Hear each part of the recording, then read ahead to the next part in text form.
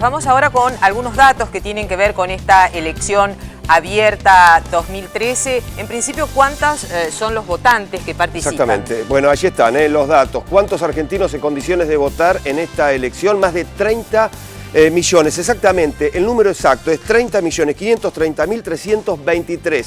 Recordemos que en esta elección por primera vez votan chicos de entre 16 y 18 años. Allí, entonces, electores, reiteramos el dato, 30.530.323 argentinos en todo el país en condiciones de votar en esta elección. 600.000 nuevos electores, son los menores. Allí está el 1,33% justamente del padrón.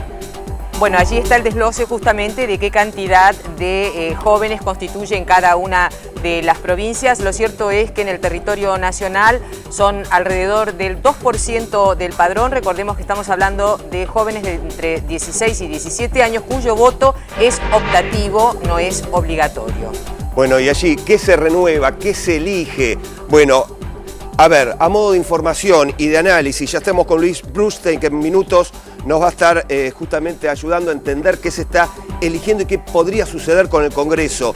El Frente para la Victoria tiene 116 bancas, renueva 38, es decir, el 32,78% del bloque. Unión Cívica Radical tiene 40 bancas, renueva 25. Esto significa el 62,5% del bloque. El Frente Peronista tiene 22 bancas, renueva 19. A modo de porcentaje, el 86,36% del bloque del Frente Peronista. El FAP tiene 22 bancas, renueva 6 renueva. Constituye el 27,27% del bloque. Elecciones primarias 2013, allí está, más detalles. Así es, renovación parlamentaria en diputados. El PRO tiene 11 bancas, renueva 8, constituye el 72,73% del bloque. En tanto, 6 bancas tiene y renueva 6, el 100% del bloque. Bueno, y allí más datos, 3 bancas, se renuevan 3, el 100% del bloque. Esta es la renovación parlamentaria en la Cámara de Diputados. Allí lo decíamos, Más datos, entonces. Frente para la Victoria tiene 33 bancas, renueva 15, 45,45% del bloque. Unión Cívica Radical, 16 bancas, renueva 4, 25% del bloque. El Frente Peronista tiene 8 bancas, renueva 2. Esto significa el 25% del bloque. El FAP tiene 5 bancas, renueva 1, el 20% del bloque. Esto es la renovación parlamentaria en la Cámara Alta, la renovación parlamentaria en el Senado. Hablábamos recién con Raúl de la Torre sobre las expectativas respecto de esta segunda elección abierta, las PASO. Le vamos a preguntar, consultar y dar la bienvenida a Luis Brustein a propósito también de esta cuestión. ¿Cómo estás, ¿Qué tal? Luis? ¿Cómo le va?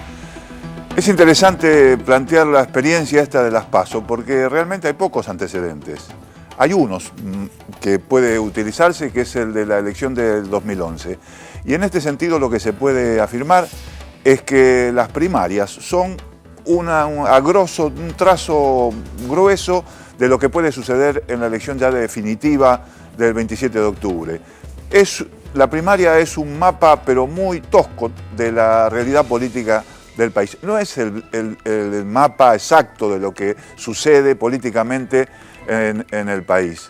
Porque ustedes se van a acordar, en las elecciones del 2011, en general había un clima creado muy fuerte por encuestadoras y demás que decían que a la presidenta Cristina Kirchner le iba a resultar muy difícil alcanzar más del 50% de los votos. Cuando sacó el 50% y los competidores estaban muy atrás, alrededor del 10% cada uno, eso fue un espaldarazo definitivo para la elección definitiva, para la elección posterior, y un golpe muy fuerte para sus competidores, para la oposición.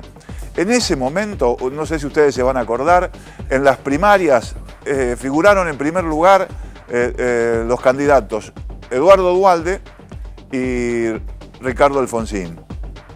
Después, en la elección definitiva, estos dos candidatos estuvieron muy por debajo de lo que habían obtenido en las primarias y salieron por atrás de Hermes Wiener. O sea, lo que hay una expectativa, la expectativa con relación a las elecciones de octubre, lo que podemos esperar es que haya un trazo grueso que nos diga más o menos cuál es el humor político de la Argentina, pero puede haber bromitas en el medio. Muy bien, seguimos ahora con Raúl de la Torre y qué renueva cada uno.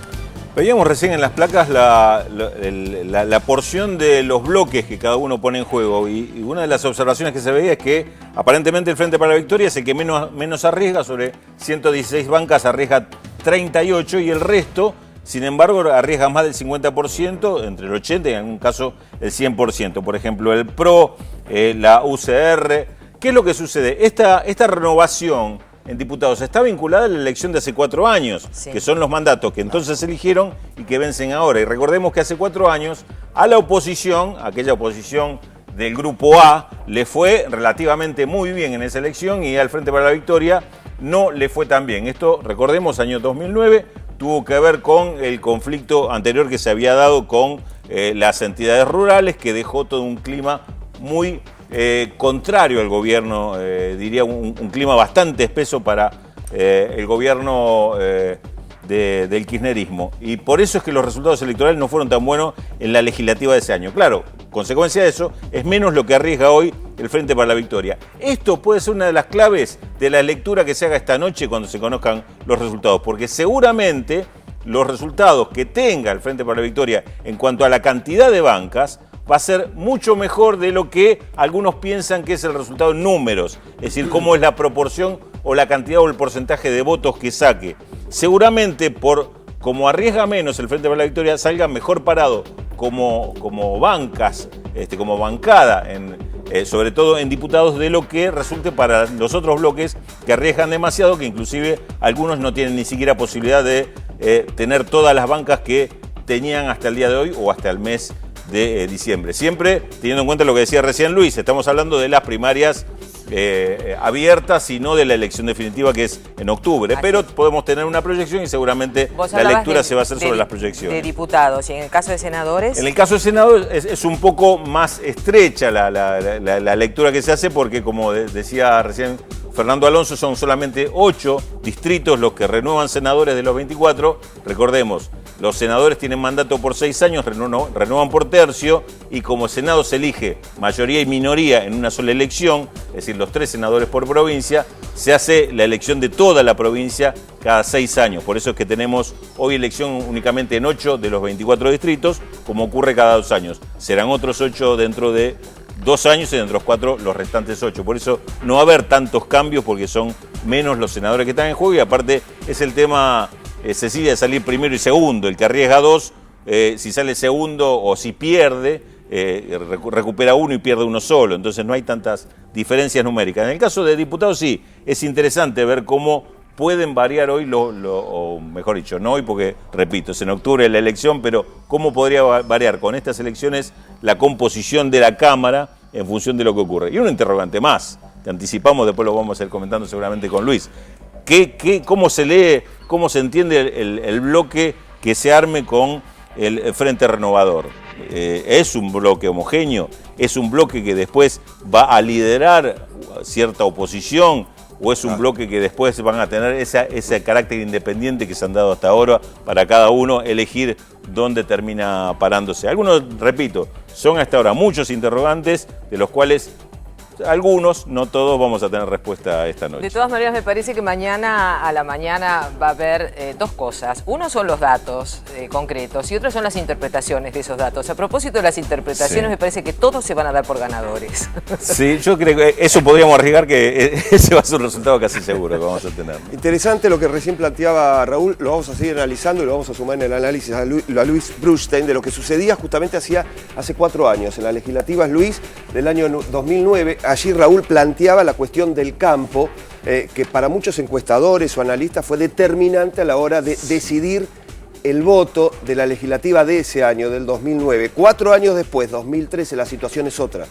Sí, porque por lo que acaba de decir Raúl, sí, para que todo siga como está, habría que rondar las mismas cifras que hubo en esa elección del 2009, que fue una elección muy desastrosa, muy mala para el kirchnerismo, y una elección muy buena para lo que se llamó el peronismo disidente, en ese momento expresado por De Narváez. Es muy difícil que esa situación se vuelva a dar. Seguramente mejorarán un poco algunos de los números del kirchnerismo, porque no está, como decías recién, en la misma situación de crisis, de una crisis como la del campo de aquella época. Pero bueno, hay que ver en detrimento de qué otra fuerza avanzan esos pocos números que puede recuperar el kirchnerismo, ¿no? Muy bien, tomamos ya mismo contacto con Daniel Castaño. Daniel, muy buenas tardes. Buenas tardes, Cecilia. Absoluta calma en este búnker del Frente Progresista Cívico y Social montado en un hotel en la calle Bartolomé Mitre al 1800. Luego de las 18, sabemos, tendremos contacto con Margarita Stolbizer, la primer precandidata a diputada, quien ya se encuentra en este lugar.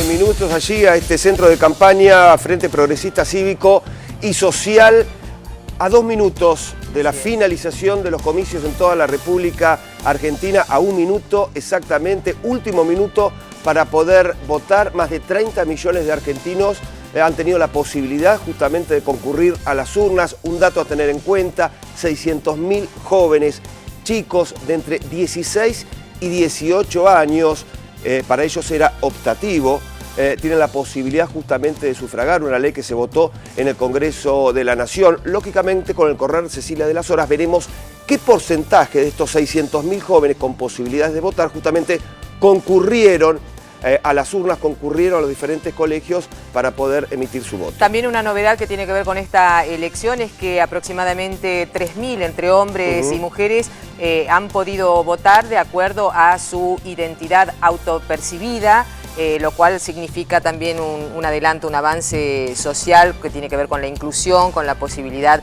de que todos estemos bajo la misma ley, que es una novedad, decíamos, de esta nueva elección.